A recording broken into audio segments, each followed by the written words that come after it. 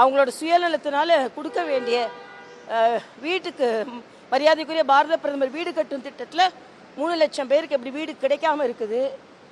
அதே மாதிரி மோடியை பார்த்தாலும் பயம் இல்லை, மோடியோட டேடியை பார்த்தாலும் பயம் இல்லை அப்படின்னு சொல்கிற சிறுபிள்ளைத்தனமான கருத்துக்களுக்கு மிக மிக அனுபவம் வாய்ந்த ஒரு தலைவராக பதில் சொன்னார்.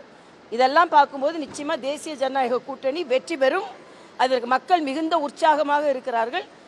அதனால் ஸ்டாலின் அவர்கள் எவ்வளவுதான் சொன்னாலும் மத்தியில் எங்களுக்கு எதுவுமே கொடுக்கலன்னு சொன்னாலும் இன்னைக்கு பிரதமர் பட்டியலிட்டு இருக்கிறார். முதலில் ஸ்டாலின் அதை படிக்க வேண்டும் என்று நான் கேட்டுக்கொள்கிறேன்.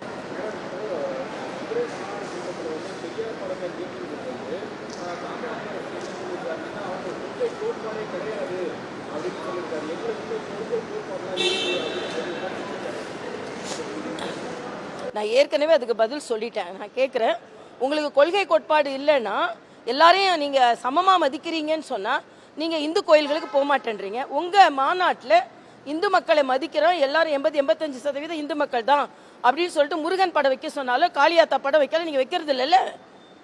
ஆக உங்கள் கொள்கை எதுவும் அன்றைக்கி மாநாடு நடத்துறது யாரோட கொள்கையோ அந்த கொள்கைக்கு ஏற்றார் மேலே அங்கே படம் இருக்கும். அதுதான் உண்மை. அதனால் இதில் இன்னும் மறைக்க வேண்டியது ஒன்றுமே இல்லை.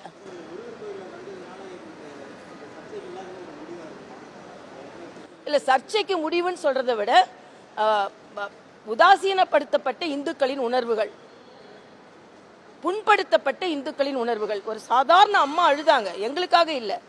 ஒரு தாய் என்னால் முருகன் கோயிலில் விளக்கேற்ற முடியலன்னு ஒரு தாய் அழுதாங்க.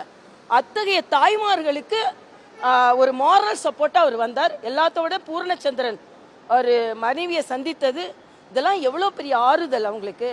அதனால் இவங்க இந்துக்களை புறந்தள்ளுகிறார்கள், புண்படுத்துகிறார்கள். அப்படி இல்லை, எல்லாருக்கும் நான் உடன் இருக்கிறேன் என்று பிரதமர் சொன்னது தான் இந்த அந்த சந்திப்பு.